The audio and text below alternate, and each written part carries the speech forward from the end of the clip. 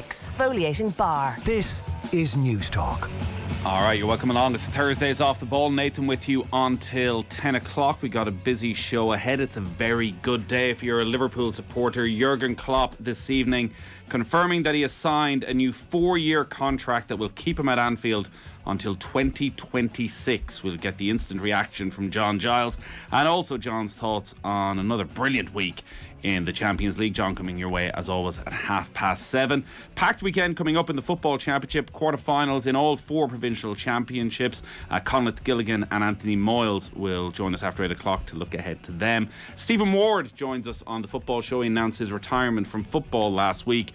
50 caps for the Republic of Ireland, over 150 appearances in the Premier League as well. So that coming away after 9 o'clock, and there's any amount of live football happening. The not so small matter, or is it at this stage, of Manchester United against Chelsea, what would usually be one of the biggest games of the Premier League season. That gets underway at 7:45. There are semi-finals in the Europa League, with West Ham at home to Eintracht Frankfurt and Rangers away to RB Leipzig, while Leicester are at home to Roma in the semi-finals of the Europa Conference League. We'll keep you up to date with all of those as well. 53106 is the text number if you want to get in touch. Richie McCormack is with us. Evening, Richie. How are you, Nathan? Joe Molloy should be there as well. How are you? Very good, gents. How you doing? So massive news, breaking news. It got the full giant breaking news strap on Sky Sports News a little bit earlier. That Jurgen Klopp has signed a contract extension that will keep himself and his backroom team at Anfield until 2026. The news started to emerge earlier today. This, I think, after speculation over the last few months, Richie, that maybe Klopp would give it another year, another couple of years. To be honest, I always felt that a message would come out one April afternoon that he was sort of done at the end of a season, and that'd be him gone, and he would burn brightly and then just disappear and take a couple of years out from the sport. But it seems as though he sat down with his wife and she said, I want to stay in Liverpool. I don't see us leaving anytime soon. And he said, sounds good to me. And well, this is at a time when Liverpool couldn't really be flying any higher. And a massive show of faith in what they're trying to do. Yeah, this will almost feel like a trophy for certain Liverpool fans this evening. I think getting to know that Jurgen Klopp is going to stick around for a further 4 years, essentially extending his contract by 2. It's massive for them. Like, it's absolutely massive, and it's huge given the points that Liverpool found themselves at. I think just over a year ago, when losing at home to Fulham, and it looked like things were starting to drift after that year of winning the league and COVID and all that. And, Klopp was talking about energy levels and whether or not he was actually going to be able to stick around for the foreseeable future. Like, people would have thought that he would go before 2024, that perhaps this would have been the end of his tenure. But no, like, this season has rejuvenated both him and the team to untold levels. We saw in January refreshing the side with Luis Diaz. I think it's going to happen even more so in the summer, because there's a lot of areas in terms of age that are getting older and older in that side. And he's the man, he feels, to do that, and he's the man to breathe new life into that squad. And you can only imagine the atmosphere around Kirby this afternoon when they found out that Klopp's going to be sticking around for another 2 years, because they will be buzzing off the back of last night alone. Because last night's performance, like, the scoreline, I don't think does justice to how well Liverpool played or how dominant they were last night in the first leg of a Champions League semi-final. Off the back of that, to still have an FA Cup final to come, to still have 5 games to go in which they can possibly win the Premier League, and then they find out that their Svengali is sticking around for another 4 years, that place will be party central, without the booze, it seems, this evening. Well, Joe, Liverpool supporters, wherever they are in the world, should be down on their hands and knees and praising the Lord for the day that Jurgen Klopp arrived at that club, because while I think expectations were high when he came in 2015, and there was a definite understanding of what he had achieved at Borussia Dortmund in a similar scenario where not the club with the resources of Bayern Munich, but had still achieved some wondrous things, but also there was a sense of the connection he had with the supporters. But what he has done has far surpassed, I think, what anyone could have expected. Maybe not in terms of trophies. Yes, he got them the title, he got them a Champions League. But in terms of the level of consistency he has managed to bring the club to, that you can legitimately say that if they're not the best team in Europe, they're certainly in the top 2. And while Brendan Rodgers was a very good manager at Liverpool and got them close to the promised land of a league title, I don't think he ever got them anywhere near where Klopp has got them to. In fact, there's not many managers that have got them to where Klopp has got them to. No. I think Liverpool under Klopp are the envy of every single football club in the world, without question. And you have to remember that he finished 8th in his first year with them. So what he has done has been outstanding. It's hard to think of a better job. It ranks up there with what Ferguson did with Manchester United. Absolutely. The only thing which doesn't compare yet is the longevity, and there's not much Klopp can do about that. I really thought it was over last year. I thought it had gone the way of Dortmund, in so much as you can be sure about these things. But he had a horrific COVID. His mother died. He looked bereft. He looked empty. The team looked finished, I thought, after the unbelievable efforts to hit 97 points and finish second and win the Champions League, to win the league with 99 points. And then suddenly they dropped to 69 points and third. And he hated COVID. He was on the record, well, we all hated COVID. He was on the record about hating football without fans. And he struck, I think, a lot of us as somebody with a perspective beyond football who would just walk away and replenish his soul, and that he needed to be enjoying his football and his professional life to stay anywhere. And, there were tears at Dortmund when he left, even though things had fallen off a cliff. And everything just looked like it had been a wonderful time, but it was empty. And I suspect Liverpool fans were desperately hoping Klopp would find a second wind. What a second wind. I now think they are poised to have his best period at the club. You look at the squad, you look at where he is, he's got complete control, everything's aligned beautifully. Edwards' departure is a slight concern. I don't know to what extent Edwards is responsible for the levels of genius we've seen in the transfer window, but that's a concern. But in every other aspect, everything is set up for the most remarkable couple of years. And Man City's squad, they're going to have to spend this summer to keep up with Liverpool. So both in Europe and the Premier League, and who knows how this season finishes. I totally agree with you both. Liverpool fans will be having a party. It's just remarkable. And one last point to make is, even from 8th to 4th in those initial 3 years, what was just so instant was the cultivation of an atmosphere and a relationship with the city and with the Kop. And, from the malign 2-2 draw at West Brom, where he's celebrating in front of the Kop, he's created something which, as I said, is the envy, I think, of pretty much every football fan in the world, because football is so homogenized and soulless and empty right now, that to have something real, and he's the reason it's real, is really remarkable. So it's, you'd be jealous of Liverpool. Enjoy the next few years, because when he's gone, he's gone.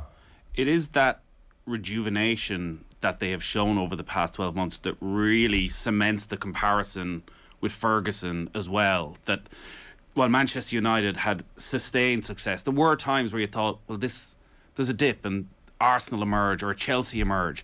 Yet he had something inside him that was always able to bring the club back together. And Klopp is clearly a world-class coach. He's clearly a world-class tactician. But just as a man, he's a brilliant man. And I think you touched on it there, that connection that he has been able to make, that emotional connection. And a club that really does thrive on emotion, that rightly or wrongly, whether you believe it or not, feels that being at Anfield on a European night under the lights means that little bit more, that he has somehow tapped into that and let it run through the team in a positive way, that they're not overwhelmed when they play at Anfield by the noise and the expectation and the pressure, that actually they can use it as such a positive thing. Just again underlines that there's something different about him, and the emotional intelligence he has as well. I saw pictures again last night of Sean Cox over at Anfield, and he was so to the fore around that time of the club getting behind the Cox family, and how he talks about Hillsborough and his understanding of the history, and just the way he talks about issues at a time in modern football and modern sport, which is full of corporate bullshit and jargon, and nobody in positions of power willing to say anything. Klopp is always the first one who will say the right thing. And I think to have him in English football, and the football that we cover most, for the next 4 years is a really brilliant thing. And you're right, when you look at the squad and the depth that is there right now, it does feel as though that the best years may still be to come. Maybe the best weeks are to come. The one caveat to that is that Manchester City have all the resources in the world and may sign Erling Haaland and may also sign Declan Rice, and after that may try and sign Kylian Mbappe. But that it feels is the challenge that he wants. And like the past week is probably up there with the best that Klopp has had when you look at the performances, Joe, because it's Manchester United and Everton, and they're both probably at as low an ebb as they've been in the Premier League era. But it felt there would be an emotion going into that game that maybe be too much for Liverpool, that something would just happen. Yet they destroy Manchester United. Everton's an absolute scrap that they just stand tall in and get through. And then last night is as dominant a semi-final as you'll probably see in the Champions League, where Villarreal really didn't get a sniff. Now, it's not to say it's done, and Villarreal at home, I'm sure, will look to try and create their own kind of magic. So the next few weeks are going to be fascinating, because what are we saying about Klopp if Manchester City don't lose a game and Manchester City beat them in a Champions League final, and Chelsea have one game left this season where they need to perform and they win an FA Cup? Like, the trophies do matter as well. They do, but I think everybody understands the 97 points in second place finish and that Champions League winning season is extraordinary, because he's against Pep Guardiola, who's had a more profound effect on football in the 21st century and probably beyond than any other figure. So he's going up against something absolutely outrageous as well. So it is about more than the trophies. And, let's not beatify him either. He's not a saint. He is narky. He's grumpy. He's the winner. I'll be tuning in with great relish to his interview with Des Kelly on Saturday, after they've been forced by BT to play at 12:30 on a Saturday morning. They're going to give it to Des. And, so he's all these kinds of things. And he's just compelling. And, to your point about getting involved in issues, like to an extent, one of my favourite things about him is he will often be asked a question and he'll say, with some degree of anger, "Why are you asking me this? I'm a football manager. I don't know anything about that. Just because I know about football does not mean I know about chemistry. So just go away." And I kind of like that about him. But then I do also admire on certain issues where he feels strongly. Like one jumps to mind where there was homophobic chanting by Liverpool fans, who are not saints either, and we can, beatify them a little bit too much as well. And he did a remarkable interview with a Liverpool supporter who was gay, and they teased out why that's so hurtful. And I thought, not every manager would take the opportunity to go against a small section of his own fans. I think a lot of managers would say, no, let's just leave it. But he didn't, and he doesn't. And so, for all those reasons, I agree with you. The longer he stays in English football, better. So I hope Pep stays too. I mean, we're in a golden age. The Newsround is brought to you with Gillette Labs for an effortless finish to your day. Get your text into 53106. We're on all the social channels at Off the Ball. Tommy Rooney is coming stomping in on my turf in so many ways right now, Joe. Richie, he is live with us on the line. He says, "Let me on, lads, let me on. I've got to talk about Tommy Rooney in the football pod coming to Mayo for what they're telling me is going to be a sold-out show." I've never done a sold-out show in Mayo. Never done a sold-out show in my homeland. But this is where Tommy Rooney is starting the football pod live. Are you there, Tommy? Hi, Nathan. Hi, Joe. Hi, Richie. Oh, Tommy. Moss. Big time. They've gone big time. Thank you for the airtime, lads. Yeah, big announcement today. The fake humility. You've outgrown us. Thank you for the airtime. Listen to this. Not in the slightest. When we talk about outgrowing, not at all. Wait till we get to it. Nathan, thank you very much. You have brought us back to your homeland. You brought us back to the roots, the core of the football pod in many ways. We're going to Castlebar on June 2nd, the Thursday before the June bank holiday weekend. The Thursday before the qualifiers, which is really all anyone's thinking about right now. Yeah. Mayo Dublin, June the 4th. That could be the one to look at. So yeah, it's going to be unbelievable. We've got the 4 provincial finals the weekend beforehand. We've got the qualifiers and the Tailteann Cup starting the weekend after. And in the middle, on the Thursday, the 2nd of June, the Football Pod Live, Paddy Andrews and James O'Donoghue. We're going to the Royal Theatre in Castlebar. You can go get your tickets right now. They're selling pretty fast. otbsports.com/events. And we're really, really looking forward to it. Can I ask, will James O'Donoghue be in Keith Higgins' pocket for the entire time he's in Mayo? That is a very good question. And that's one question that was asked in our WhatsApp group earlier on. And the other one is, how many medals should Paddy Andrews bring with him down to Mayo? What's rude? Jeez, that's not the best sales tactic at all now, is it? I got to say, this is brave business. You're taking a Meath man, a Dublin man and a Kerry man into the heart of Mayo. This is interesting. Just like football. Can we record the booing? That is a possibility, and we are more than able to take it. Now, we are hoping to have a couple of Mayo legends there in the night. We will have a couple of Mayo legends there in the night, so I'm not going to let you guess who that's going to be. Nathan but Murphy. that will be revealed. I'll be there, guys. Don't you worry. Thanks, Tommy. Nathan, Thanks for the big we are build-up. looking for you to be there too. Just to remind you, like 2019, you two boys were involved in one of the biggest shows that Off the Ball has ever done. Road shows, going on the road, has been the fabric of Off the Ball for such a long time. It's been such a big part of what we've done. One of my favourite parts of working with Off the Ball were the GA road shows we used to do, and the ones in Mayo were always legendary. Were you on the one with the lock-in in Westport with Tomas O'Shea and Liam McHale? No, but tell us more. Mick McCarthy's got his hand raised. Tell us more. I don't know how much time I've got, but they are the nights of Off the Ball. They're the great nights. So come join us on the night. I'm not promising you that Paddy Andrews will buy you a pint, but there's a chance to grab a pint of Paddy and James afterwards as well. All right. So remind us of the date. So it's Thursday, June the 2nd. It is the Thursday before that bank holiday weekend in June. It is the Thursday before the qualifiers and the Tachin Cup begins, and it's the weekend after the provincial final. So the football will have heated up. Owen Sheehan has said we're guaranteed leaving cert weather. Vibes are going to be good. Championship is going to be at a really hot place as well. So we're looking forward to it, and hopefully we'll see you there. Go get your tickets. You can search for them on Ticketmaster or otbsports.com/events. All right. Tommy, thank you very much. The Football Pod Live coming to Mayo. First time I've done a roadshow in Mayo since Kevin Kilban went to Achill, and they were queuing around the block for an hour to meet him. So it's going to be a big night. It's going to be a big night of Paddy and James and Tommy trying to steal the show. So we're all looking forward to that. Thanks for joining us, Tommy.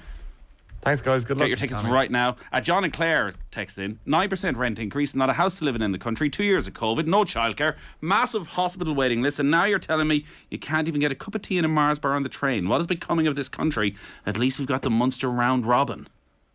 What's all this about not being able to get a cup of tea in a Mars bar on the train? It was on the news just before you came on, you dolt. Did you ever pay attention to what goes on the station? Shocking. Someone's talking in my ear. Is this a law, or is they just can't get the staff? I don't know. There's some kind of goings on with Irish Rail whereby they can't provide on train catering, I think they call it. So yeah, Nice. And it's going to be for the foreseeable future, it seems. So BYOB. BYOB, exactly, Richie. Well, thanks for that text, John and Claire. Where are you starting, Richie? Anfield, Jurgen Klopp signing that new contract to remain as Liverpool manager. His fresh 4-year deal replaces the contract that was due to expire in 2024, and he'll now remain until 2026. Klopp's assistants, Pep Lijnders and Peter Kravitz, have also extended their stays in Anfield. The German turns 55 this summer, and his new contract will take him up to 11 years with the Merseyside Giants. And speaking to the club's website, he explained his reasons for staying.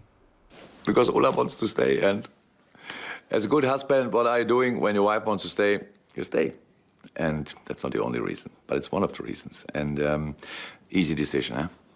You know, I love our club, and it's the best place to be, 100%. And yeah, I feel really, really lucky that what is now 6.5 years ago, FSG thought it would be a good idea to bring this German fella in. And here we are.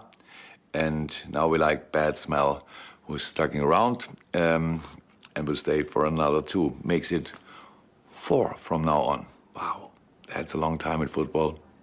Hope we all will enjoy the time together. 15 minutes salivating about Klopp. What about Wenger Mourinho? Klopp has one Premiership title. Get a grip. Well, listen, if Jose comes through in the Europa Conference League later this evening, we'll spend a good 15 minutes salivating about Jose Mourinho. Speaking of Jose Mourinho, Chelsea-Manchester United should be one of the biggest games of the Premier League season, Joe, shouldn't it? Feels like a complete afterthought. I know, yeah. I just had a look at the Man United team there. I mean, what can you say? Well, give it to us, Richie. Manchester United going into tonight's Premier League game with Chelsea off the back of back-to-back defeats. David De Gea starts in goal for them. A back four of Diogo Dalot, Victor Lindelof, Rafael Varane and Alex Telles. In midfield, and they've got Scott McTominay and Nemanja Matic, fresh off his sign language to Arsenal fans at the weekend.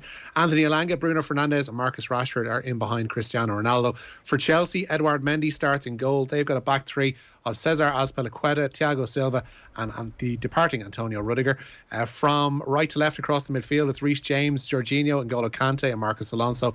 Then Mason Mount and Timo Werner are in support of Kai Havertz. Kick-off at Old Trafford is 7:45. If they won their 4 games, United could get to 66 points. Arsenal are on 60 with 5 games remaining. It's done, isn't it? It's done. Mm-hmm. Yeah, no, it's done. Do you want to hear the United bench tonight for £1 billion? Tom Heaton, bunch of Dean teenagers. Henderson, Yeah. Tom Heaton, Dean Henderson, Eric Bailly, Phil Jones, Alvaro Fernandez, Hannibal Morgible, Shola Shortier, Alejandro Garnacho Ferreira, and to save the day, Juan Mata. Every time, and it's a shame on poor old Juan Mata, who's had a very good career, Premier League winner, thoroughly nice guy by all accounts, but every time he comes off the bench in the last month for Manchester United, go, poor old Juan sums up Manchester United's problems maybe more than anybody else right now. How is this still happening? He's got a watertight contract and he's perfectly happy to hang around Manchester. The word yesterday is Ten Hag is planning one-on-one Zoom calls with each of the players to sound them out about the general goings on. So we can only hope this is hacked and recorded and spread like the Shrewsbury Council meeting. I'm sure it will. To watch it, yeah. Knowing how leaky the United players are, I'm sure it will. And added to that as well, Ralph Rangnick, according to multiple reports across Germany and Central Europe this evening, is set to take on the Austria job, which could well work in tandem with his consultancy role at Old Trafford. So that place is going to be interesting. And Rich, sorry, I didn't see. Is Harry Maguire injured, or do we think he's just been taken out of the firing line? Given everything, I think he's been taken out of the firing line. Okay. There's the official word, I think, is that he's has a knock and he's being rested. But after the break-in and after the nonsense that he's had to endure from United fans for the past 6 months and more, I think he's just been rested and set aside and let to regather his thoughts.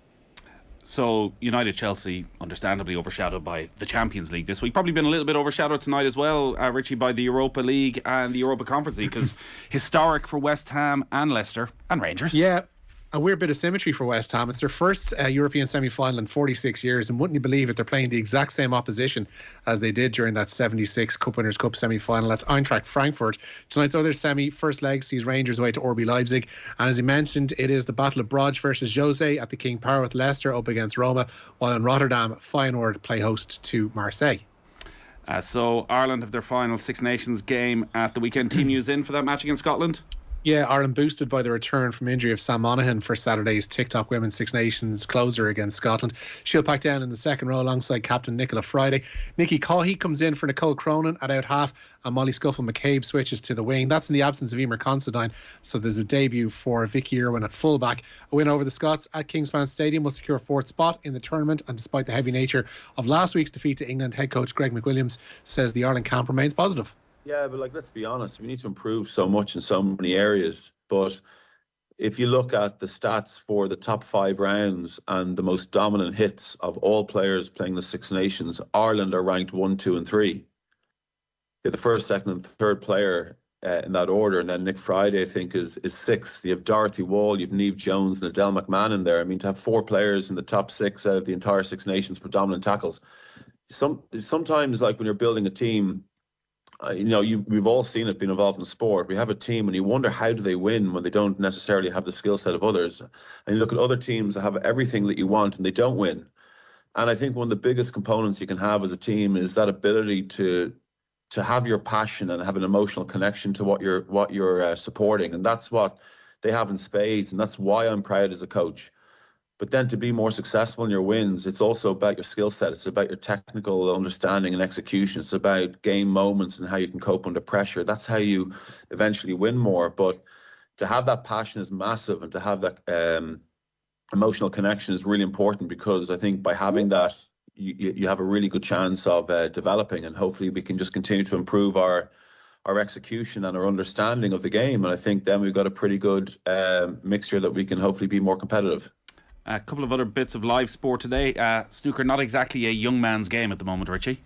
No, Judd Trump joked that he's reached the semi-finals of the seniors tournament, but there is something to that, because he leads Mark Williams by 7 frames to 1 after the first session of their World Snooker Championship semi-final. The other semi is just underway. John Higgins playing Ronnie O'Sullivan. Higgins with the better of that so far, but O'Sullivan is currently at the table. They will play around about 8 frames tonight before packing up and returning tomorrow. Well, of the 4 semi-finalists, Ronnie O'Sullivan is the second youngest, and he's 46. Yeah. It's an egalitarian sport, Nathan. Absolutely. And listen, it's for those of us who like a little bit of familiarity, it's what we want. Yeah. Absolutely. It helps. It's worth a chat with Ken Doherty about this. Like, you're not meant to lose a bit of something as you get older in snooker, either the will to practice or your nerve or something should go. Not happening with this generation. Let's see what Ken has to say about that. He'd be busy this week. It's 25 years, isn't it? It's 25 years 25, this weekend since Ken won the World Snooker Championship. He looks younger now. Well, we'll see next week. We're going to get him on next week? We should get him on next week for a bit of a chat about that. And a look back. Yeah. We'll do that. Punchestown Day 2, Richie? Yeah, the Willie Mullins trained Classical Dream claimed back-to-back wins in the Champion Stayers Hurdle at Punchestown today. The favourite came home just over a length ahead of the Robbie Paramount of Ashdale Bob following his victory earlier in the afternoon on Magic Days, that in the handicap chase. Power announced he'll be retiring tomorrow. Quite a career he's had. He rode Silver Birch to Grand National victory in 2007. He did the Cheltenham Gold Cup and Punchestown Gold Cup double aboard Sizing John in 2017. And his final ride will be aboard T. Hoopo in tomorrow's Champion Hurdle. All right, Richie. Thanks as always. Nice one, lads. Joe, thank you. Thanks, lads. Golf Weekly up and available right now? It is. Joe's stunned into silence by that. But it is. You can get that at otbsports.com/Golf Weekly. John Giles is on the way next, but time for the cash machine. Your chance to win big. News Talk's cash machine. So Barry's call went unanswered